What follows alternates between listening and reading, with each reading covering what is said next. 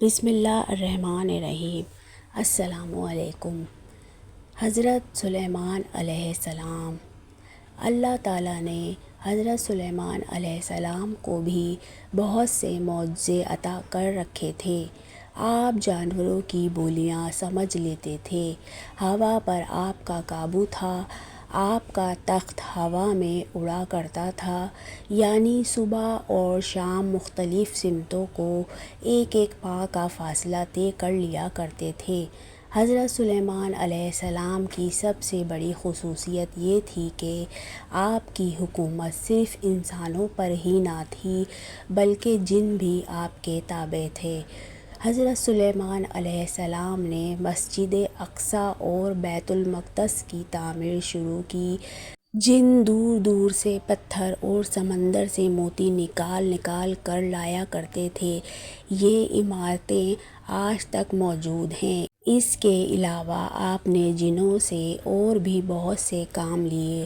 ایک موقع پر اللہ تعالیٰ نے حضرت سلیمان علیہ السلام کو آزمائش میں ڈال دیا۔ آپ کے پاس ایک انگوٹھی تھی جس پر اسم اعظم کن تھا۔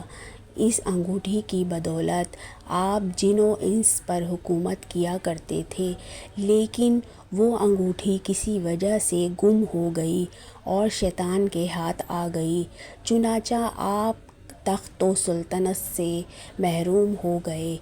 ایک مدت کے بعد وہ انگوٹھی شیطان کے ہاتھ سے دریا میں گر پڑی، جسے ایک مچھلی نے نگل لیا۔ وہ مچھلی حضرت سلیمان علیہ السلام نے پکڑ لی۔ جب اس کو چیرا گیا تو انگوٹھی اس کے پیٹ سے مل گئی اور اسی طرح آپ کو دوبارہ سلطنت اور حکومت مل گئی۔ حالانکہ یہ بات غلط ہے کہ وہ انگوٹھی کی بدولت حکومت کرتے تھے۔ حکومت ان کو اللہ نے اپنے فضل خاص سے دی تھی۔ سبحان اللہ۔ Subscribe to my channel and hit the bell icon۔ حضرت سلیمان علیہ السلام۔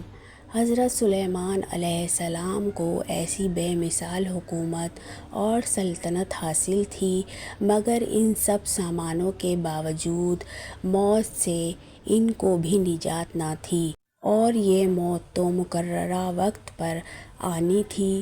بیت المقدس کی تعمیر جو حضرت داؤد علیہ السلام نے شروع کی، ملک شام میں جس جگہ حضرت موسیٰ علیہ السلام کا خیمہ گاڑا گیا تھا، ٹھیک اسی جگہ حضرت داؤد علیہ السلام نے بیت المقدس کی بنیاد رکھی۔ مگر عمارت پوری ہونے سے قبل ہی حضرت داؤد علیہ السلام کی وفات کا وقت آن پہنچا اور آپ نے اپنے فرزند حضرت سلیمان علیہ السلام کو اس عمارت کی تکمیل کی وصیت فرمائی۔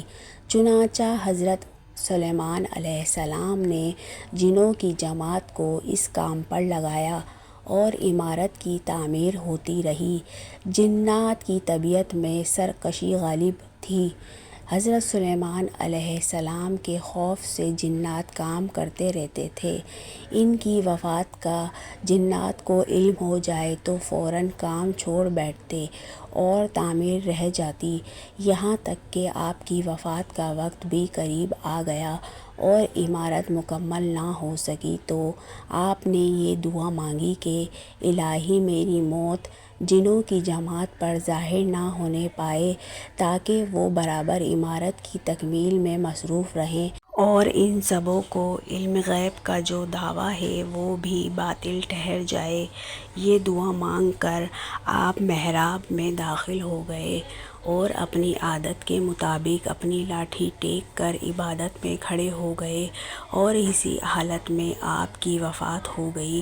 مگر جن مزدور یہ سمجھ کر کہ آپ زندہ کھڑے ہوئے ہیں، برابر کام میں مصروف رہے، اور عرصہ دراز تک آپ کا اسی حالت میں رہنا جنوں کے گروہ کے لیے کچھ باعث حیرت اس لیے نہیں ہوا کہ وہ بارہا دیکھ چکے تھے کہ آپ ایک ایک ماہ بلکہ کبھی کبھی دو دو ماہ برابر عبادت میں کھڑے رہا کرتے تھے، یہاں تک کہ بحکم الہی دیمک نے آپ کے اعضاء کو کھا لیا اور اعضاء گر جانے سے آپ کا جسم مبارک زمین پر آ گیا، اور اس وقت جنوں کی جماعت اور تمام انسانوں کو پتہ چلا کہ آپ کی وفات ہو گئی ہے۔ قرآن مجید میں اللہ تعالیٰ نے اس واقعے کو ان لفظوں میں بیان فرمایا ہے کہ پھر جب ہم نے ان حضرت سلیمان علیہ السلام پر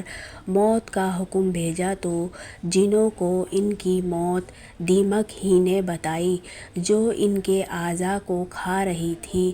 پھر جب حضرت سلیمان علیہ السلام زمین پر آ گئے تو جنات کی حقیقت کھل گئی۔ اگر وہ غیب جانتے ہوتے تو وہ اس ذلت کے عذاب میں اتنی دیر تک نہ پڑے رہتے۔ سبحان اللہ۔ Subscribe to my channel and hit the bell icon please.